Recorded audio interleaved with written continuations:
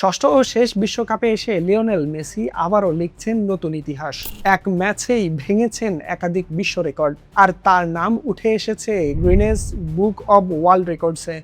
Group জের ম্যাচে অস্ট্রিয়ার বিপক্ষে আর্জেন্টিনা 2-0 গোলে জয় পায়, আর সেই 2 গোলই করেন মেসি। সেখান থেকেই শুরু রেকর্ডের নতুন অধ্যায়।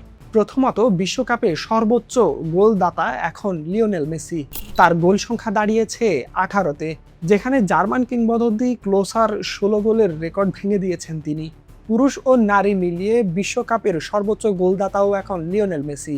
মাতার রেকর্ডসও ছাড়িয়ে গেছেন আর্জেন্টাইনেই মহাতারকা।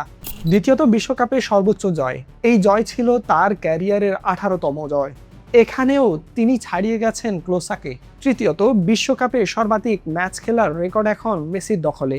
বর্তমানে তার ম্যাচ সংখ্যা 28। চতুর্থত, বিশ্বকাপে সর্বাধিক মাঠে তার মোট সময় এখন প্রায় 2489 মিনিট। এর আগে আলজেরিয়ার বিপক্ষে হ্যাটট্রিক করেও তিনি আলোচনায় ছিলেন, আর অস্ট্রিয়ার বিপক্ষে জোড়া গোল করে সেটি পূর্ণতা পায়। ফলে ফুটবল বিশ্বে এখন প্রশ্ন একটাই, এই রেকর্ডের শেষ কোথায়? কারণ মেসি শুধু খেলছেনই না, তিনি ইতিহাস লিখছেন এক ম্যাচে একাধিক অধ্যায়ে।